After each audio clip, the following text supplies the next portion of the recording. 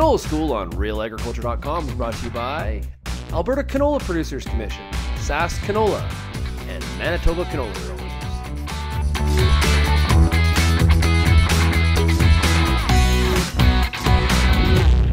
Joining us here on Real Agriculture for this edition of the Canola School, we have Angela Brackenreed of the Canola Council of Canada. And Angela, reports of heating in the bin this winter. Is there any correlation, maybe anecdotally, of what has led to perhaps an increased trend in heating canola?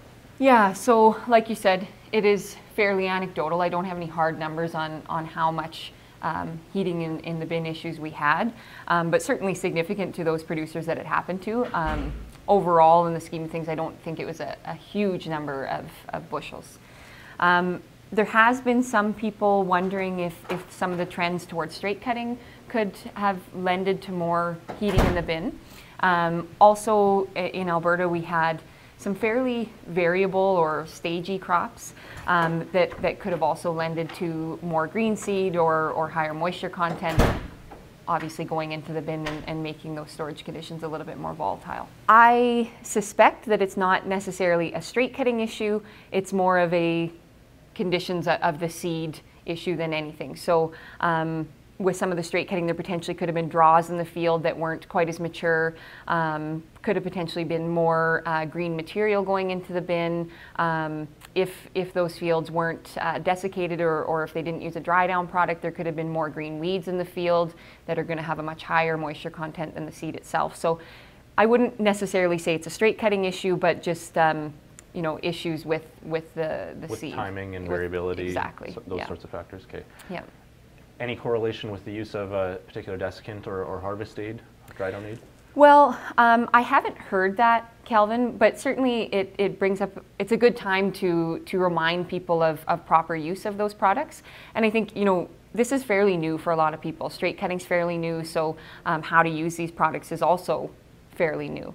So what's important to keep in mind is your products like heat and Raglone are products that don't bring on maturity. They basically stop that crop from maturing. So it is very important to get the timing right of those products because you can lock in green seed if applied too early. Okay. For producers who may be straight cut for the first time this year, is this something that could potentially scare them away from doing that, or are you concerned about that? Yeah, you know, I am a little bit concerned about that. I think this has happened in the past, so that producers have kind of got into straight cutting at the last minute because of a field that they didn't feel was good for swathing, and then they didn't necessarily have the best experience with it because it was, you know, a difficult field, a challenging field to begin with. So I really encourage producers to try and find a field that is a good field for straight cutting and try with those circumstances, because I think they'll have a much different experience with it. And it can be an operation, you know, it's not for everyone and it's not for every area, but I think it can be an operation that can add to that management of harvest on particular farms. But it goes back to those basics of what you want in a field, the characteristics that are required to have a successful straight cutting That's operation. right. And I think topography can play a large role in whether or not it's a good field to straight cut. I think if you're in an area that's quite rolling, those draws could be higher moisture content and a little bit more challenging. So that's something to keep in mind, which plays in obviously into evenness of maturity.